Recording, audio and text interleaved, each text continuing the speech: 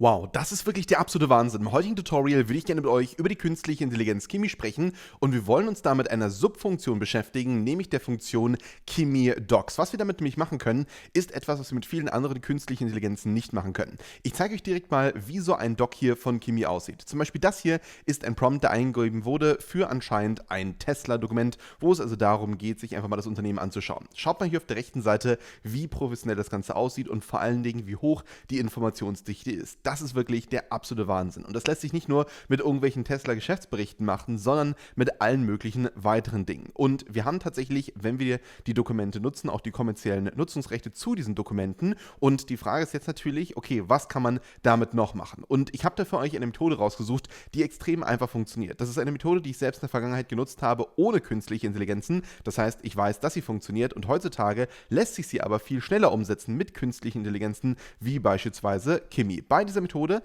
kriegt ihr immer wieder Geld rein durch einzelne Produktverkäufe bzw. durch Mitgliedschaften und Views. Sagen wir zum Beispiel, ihr verkauft euer Dokument für 4,99 und dieses Dokument verkauft sich in einem Monat vielleicht 10 Mal, dann ist dieses eine Dokument hier schon alleine ein Fuffi ungefähr für euch im Monat wert. Und sagen wir vielleicht, ihr habt nicht nur ein Dokument, sondern ihr habt vielleicht ein paar hundert Dokumente, dann kann sich das Ganze natürlich irgendwann wirklich extrem lohnen. Das sind natürlich jetzt hier nur Beispieleinnahmen. Es kann natürlich auch sein, dass ihr mit manchen Dokumenten weniger bzw. mehr macht und ich hoffe, dass ihr mit allen Dokumenten natürlich mehr macht, aber wir wissen natürlich, wie das ist. In der Praxis müssen wir auch darauf achten, dass die Dokumente wirklich hochwertig sind und wie man also solche Dokumente erstellt, wie man sie dann publiziert und wie man vor allen Dingen damit Einnahmen generiert. Darum soll es heute hier in diesem Video gehen. Und diese künstliche Intelligenz hier namens Kimi, die hat praktisch keiner auf dem Schirm und diese Funktion, die kennt auch so gut wie keiner. Deswegen das hier ist eine der neuesten und besten Methoden überhaupt, wie ihr euch ein Online-Einkommen aufbauen könnt. Und wenn ihr generell mehr von genau solchen Videos sehen wollt, dann würde ich mich natürlich extrem freuen, wenn ihr einfach mal einen kurzen Kommentar da lassen könntet, denn für mich ist es extrem wichtig,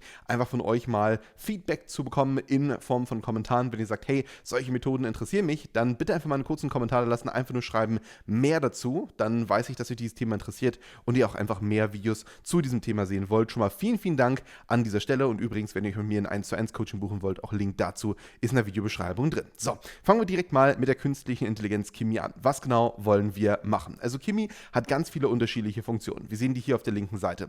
Wir können zum Beispiel damit Slides erstellen, wir können damit tiefgehende Recherche machen, wir können damit Websites bauen, wir können damit Dokumente erstellen, Tabellen erstellen und vieles, vieles mehr.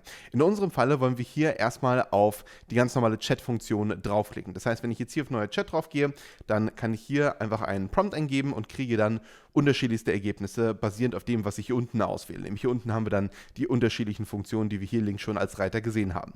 Wir wollen heute Folgendes machen, nämlich wir wollen Dokumente erstellen, die sag jetzt mal Notizen aus unseren Unitagen vielleicht darstellen bzw. nachempfinden.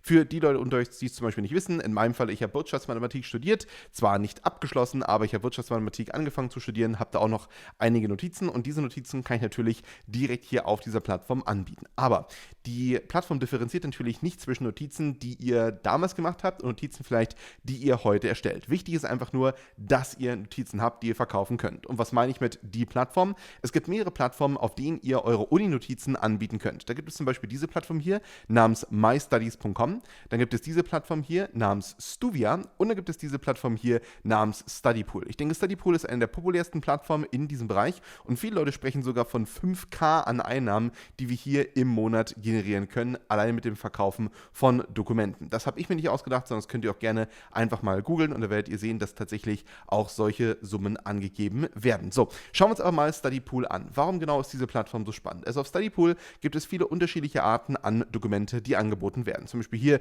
seht ihr Dokumente, ich denke im mathematischen Bereich. Und wenn ich jetzt auf dieses Dokument hier draufklicke und ich habe einen Premium-Account auf dieser Plattform als ein Schüler und ich schaue mir dieses Dokument an, dann kriegt der Seller von diesem Dokument dafür Geld, nämlich für jeden einzelnen View praktisch. Und dieser Seller zum Beispiel hier, User-Generated Content sehen wir hier und Uploaded by und dann, oh Gott, dieser Username möchte ich jetzt nicht unbedingt vorlesen, das ist doch vielleicht ein bisschen kompliziert, wie auch immer, aber dieses Dokument zum Beispiel ist gerade mal 3 Seiten lang, ist im Bereich der Statistik und wir sehen es jetzt hier, sehr schön, okay, das sind anscheinend die Notizen.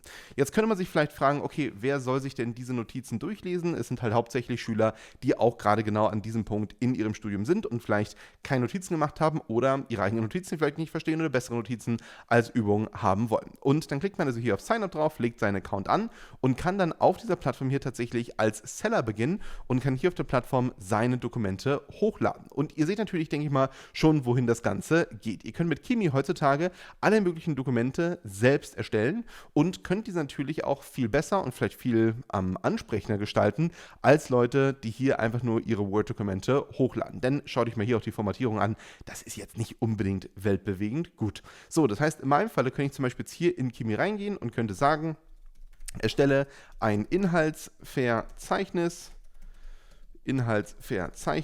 für, sag jetzt mal Analysis 1 und dann vielleicht irgendwie erstes Semester. Was nehmen wir da? Nehmen wir einfach Mathematikstudium.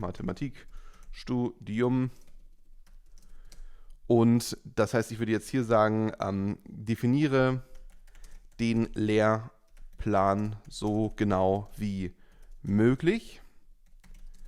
Dann klicke ich hier auf Enter und jetzt wird automatisiert das Ganze erstellt. Natürlich können wir hier nochmal spezifizieren, um welches Land es vielleicht auch geht, aber ich denke mal, so Analysis, das wird eigentlich alles relativ ähnlich sein. Von Land zu Land wird es jetzt nicht so große Unterschiede meines Wissens, sage ich jetzt mal, geben. Und dann wird natürlich jetzt hier Kimi für mich genau das machen. Das denkt also jetzt nach und überlegt sich, okay, was steckt denn alles so in dem Lehrplan für Analysis 1, erstes Semester Mathematik drin. Und jetzt sehen wir hier Grundlagen, Mengenlehre, also Mengen, Elemente, Teilmengen, Mengenoperationen, Vereinigungen, Schnitt, Differenz, Komplement und so weiter und so fort. Das heißt, wir haben jetzt hier gleich ein riesen Inhaltsverzeichnis, erstmal für genau diesen Lehrplan. Und was wir da natürlich tun können, ist, wir können der künstlichen Intelligenz sagen, okay, erstelle ein Dokument, ich gebe das jetzt hier unten wieder in das Promptfeld ein, für 1.1 und wir wählen hier natürlich das Thema Mengen, Elemente und Teilmengen, das so wirkt wie Notizen aus einer Vorlesung zu diesem Thema. Schreibe alle Informationen,